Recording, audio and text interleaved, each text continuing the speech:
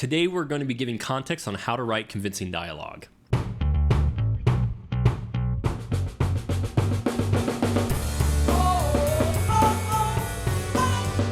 I'm Weston. I own a film production company and I'm a film director. And I'm Jacob, and I'm the lead writer at that film production company. Yeah. Okay, so we got two questions today. One is from JC Pace, I think. It says, this is actually kind of more... Well, I would read it Jas Sci Space. So Jas Sci Space, not as much of a question, but a comment about one of the short films that I had written back in high school. It says, while this is cinematically nice to look at, it suffers from forced acting as well as bad dialogue. And then a more of a question along the same line is from Llama Storm. It says, do you have any tips on how to write interesting dialogue? So kind of with those 2 points, I wanted to bring Jake on board. I am not a writer. When I was in high school, I used to write my own movies, and it was more of I took the story and then kind of made that story into something. Mm-hmm. And the dialogue, as you could tell from the comment, always suffered. It always felt fake. It felt uninteresting. And when I met Jake, it was this whole new world of dialogue that I just fell in love with, and that's why we hired him to take over all the writing elements for any of our commercials and films. So I want to get some of your insights on what are some tips and tricks for how to avoid crappy dialogue and how to actually write dialogue that's convincing and sounds real. Well, one of those is easier to answer than the other. And, it wasn't as easy as you made that sound.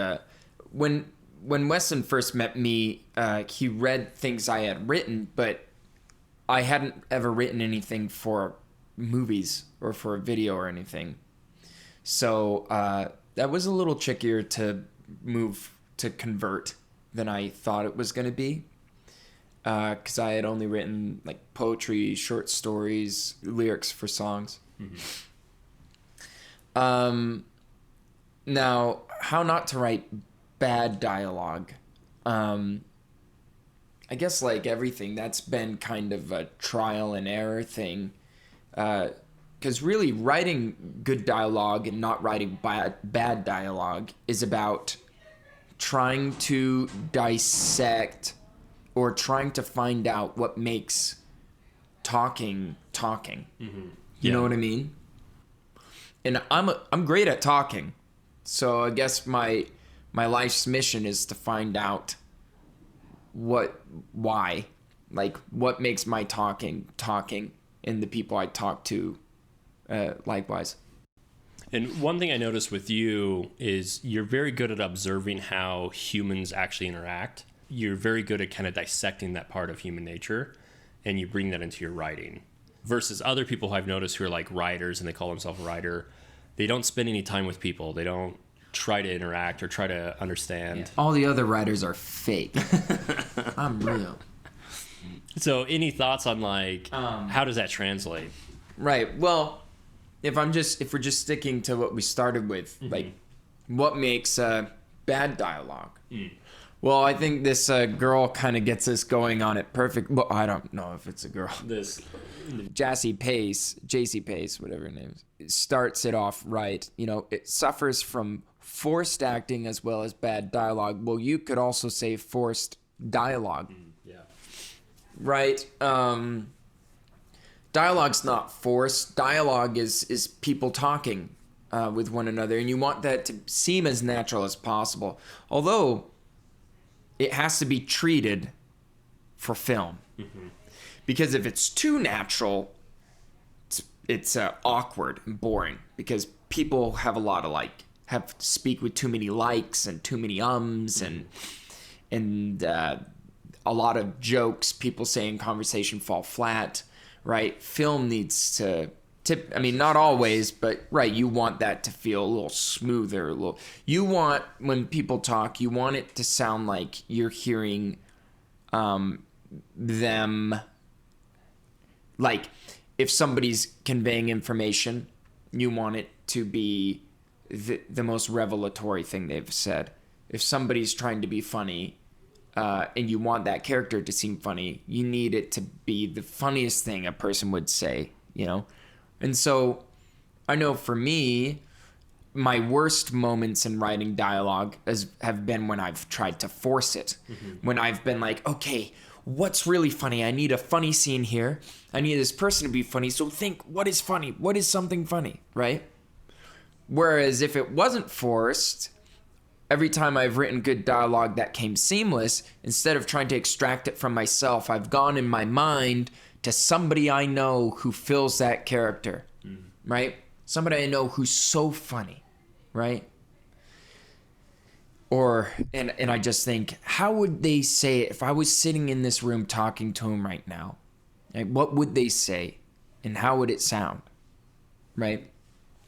And I think that's what also makes an immersive world with a lot of different speakers, is giving them their own personalities, not trying to do everything yourself, run around and create everybody's voice. Yeah, and we'll get in. There's another question that we'll be answering on another context video that's a little bit more about like how do you make not every character sound the same. But like I love what you said about actually finding a real human source to get ideas.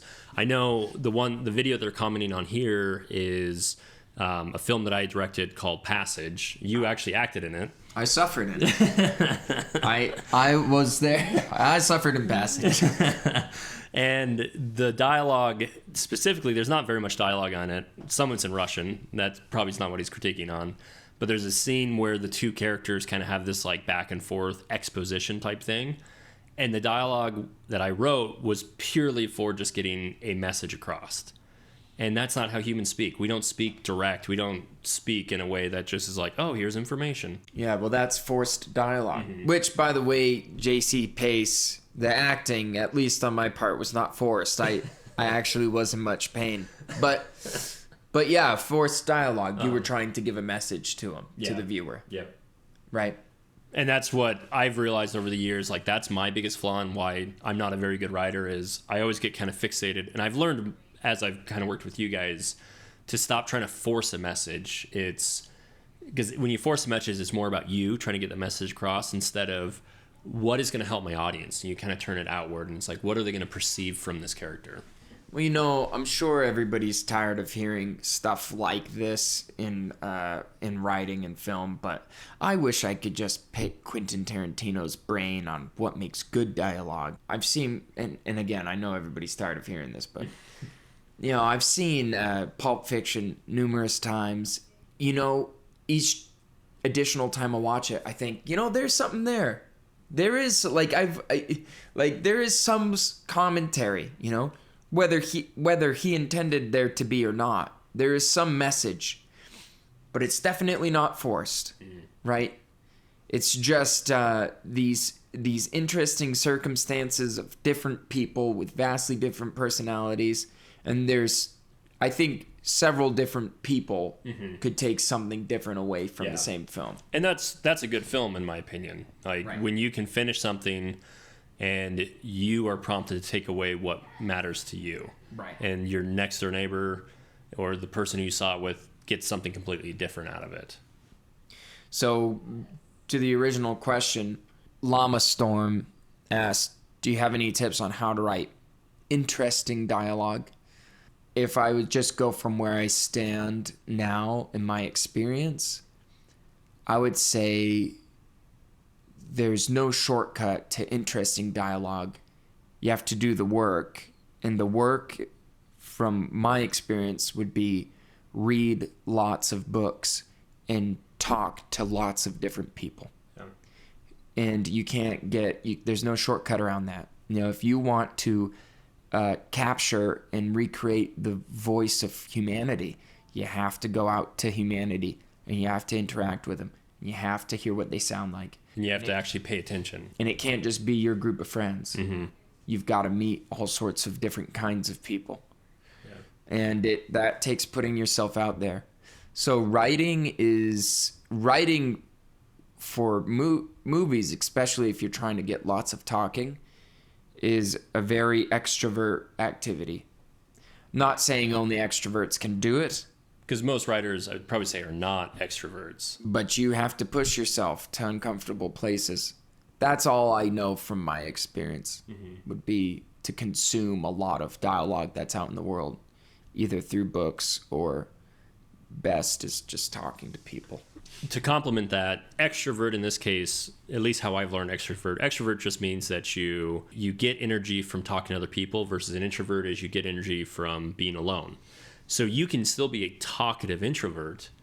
It just means you won't feel charged from it, but you will learn a lot from it, that then when you go to be alone as an introvert, you have all this resource and data packed away in your mind of, oh, that's how this so-and-so would react. Well, and as far as that goes, nobody's ever completely one or the other, right? And sometimes you're more one on one day and more another on another day, but yeah, you got to go out, you got to do this stuff, you got to consume. And, diversifying the type of movies you watch, diversifying the type of books you read. Like, diversification is huge in being able to tell stories that impact people in a very real way. Oh yeah, I definitely add that to. I said books and talking to people, but watch movies. Watch lots of movies, good movies. As a film director, I get a lot of people who come to me about, oh, I'm a writer, stuff like that. And as I read their stuff, you can immediately start to pick apart that most noticeable in like fan fiction stuff, where it's like it is all just the one content they've consumed. Right. And there was no diversity. Yeah, and you just pigeonhole yourself into this sound that just sounds really fake and plain and unreal, really. It's like people react in a way that's like, I've never met a human that reacts like that. And you just can't believe the character. So that diversification, great thoughts. Cool. So true. Well, JC Space and Llama Storm, thank you so much for you guys' questions and comments. For those of you guys who have other film-related questions, make sure to leave them in the comments below, or head on over to context.comv.org and submit your questions through the portal there. Make sure you like and subscribe if this stuff was useful to you. Pass it on to your friends, and make sure you guys put your own comments there so it helps us be able to figure out what questions you guys are looking for in the filmmaking industry. Anyways, take care. We'll see you guys later. Happy writing.